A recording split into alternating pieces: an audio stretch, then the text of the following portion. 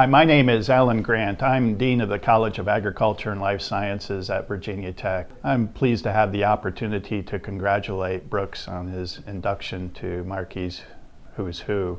Brooks has been very supportive of Virginia Tech and the College of Agriculture and Life Sciences. We've appreciated his generosity. He's supported much of our research that involves nutrient management and crop production. One of the things that really impresses me about Brooks is his passion for students, his passion for education. He's been very generous with his time and resources and has supported graduate students that are part of our research and educational programs in the college.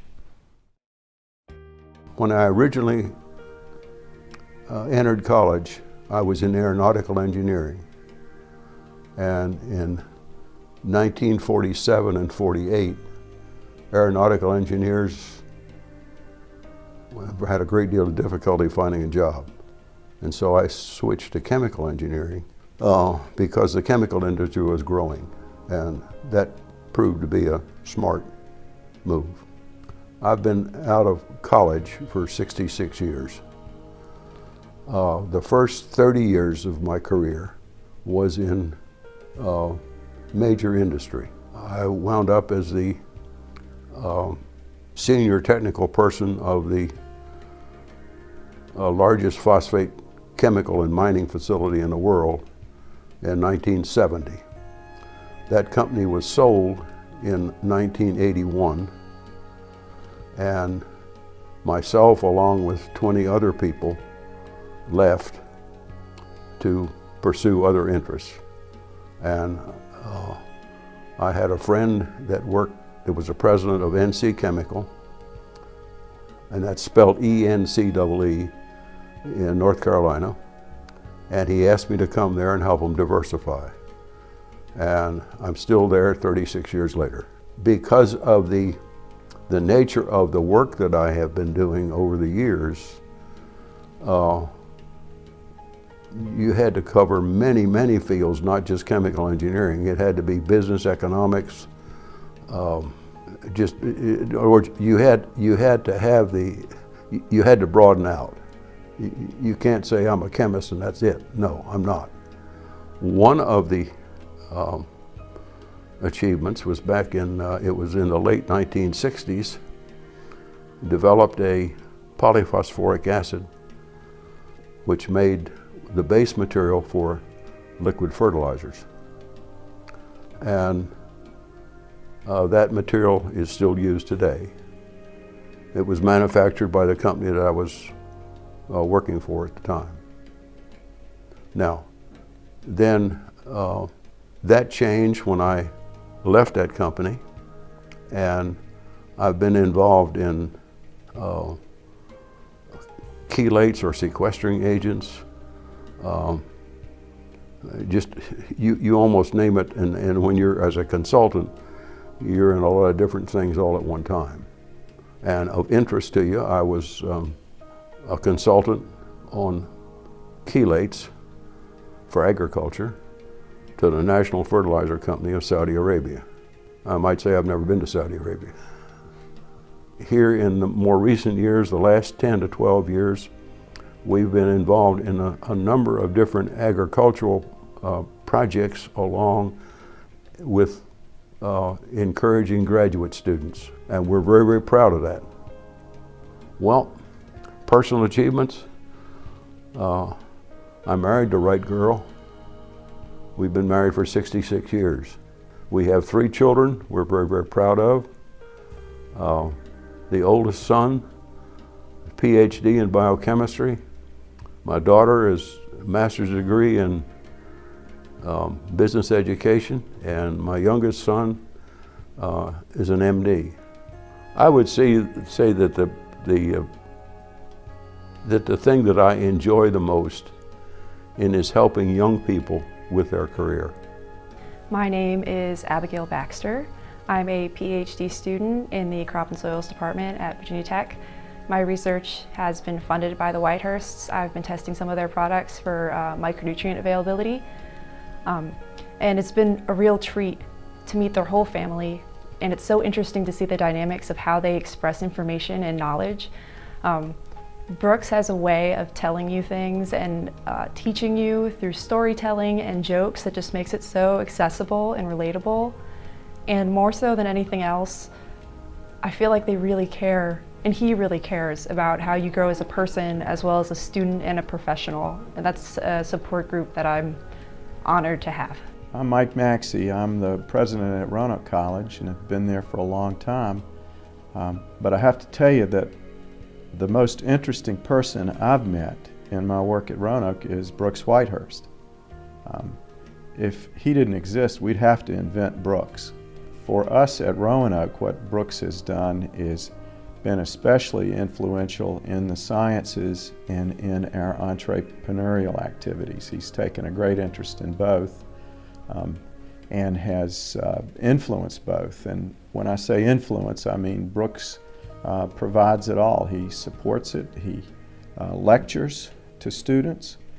He shares his inimitable sense of humor with students, which is pretty fantastic.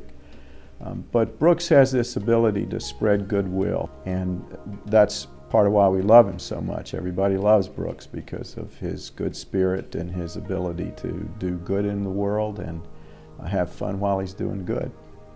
We created a Virginia Tech wine rack that we received a lot of advice on and encouragement from Mr. Whitehurst. I originally met him through the board scholarship, where he was encouraging us with all our innovations and ideas for the future of the Wood Enterprise Institute. And he was just very helpful. He's really funny, but he also has a lot of experience in the industry and with patent law and all sorts of things that I was very surprised about. And he was very encouraging in helping us to both evolve the Wood Enterprise Institute into something that we want it to be, but also to make it very personal for us so that we could get the most out of it. If I could describe my life, I would say creativity. And I'd have to say this, that solving problems and being creative, I know I joke with the people some about it, but if you want, my expertise is in things I've learned that don't work. And that's demonstrated. I've got 30 patents, more than 30 patents. And at my age, I'm still working on 2 right now. When I was 27 years old, I was working for the Virginia Carolina Chemical Company. And I was put in a group. The person who headed up the group, his name was Charles Fitzpatrick Booth. He held most of the patents on polyphosphates. And that was the reason he was selected as one of 3 inventors to work on the atomic bomb. And I worked for him and learned a whole lot working for him about how to do research and what to expect and analyze it and that kind of thing. My oldest son is now the president of the company. I've already turned it over to him, although I still work every day. He's running the company. My grandson has got some interest in doing it, but in terms of the legacy, you met several of the young people today that I'm leaving behind. Some of them could not be here.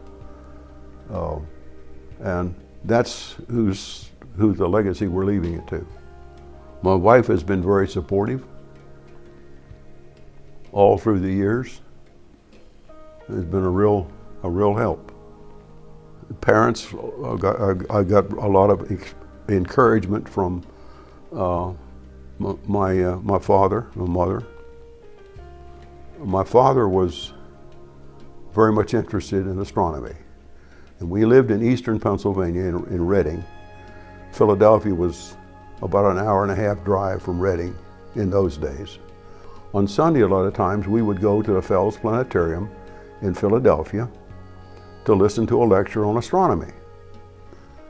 And in this one lecture, it was The title of the lecture was A Trip to the Moon. Now remember, this is 1939. This is prior to World War II. Well, I was absolutely fascinated by this. So my teacher, the third grade teacher, had asked us, the students, to write a paragraph or a few paragraphs or something I'm really interested. So I wrote a paragraph about a trip to the moon. She came back, she didn't like it. You have an overactive imagination, that's not true, it's not gonna happen, it's baloney. Well, I wouldn't back down. It wasn't, to me, it wasn't baloney. And my father had to go to school and settle the argument. That actually happened.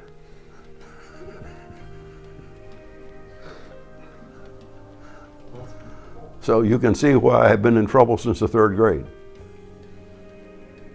I would like to be remembered by the young people that have helped and are in encouragement. You've met some of them today. And that's, in a sense, that's what I look upon as a legacy. The things that we've actually done, they're written up someplace. They're either in practice in business, or they've been written up in a patent, or what have you. But it's the young people that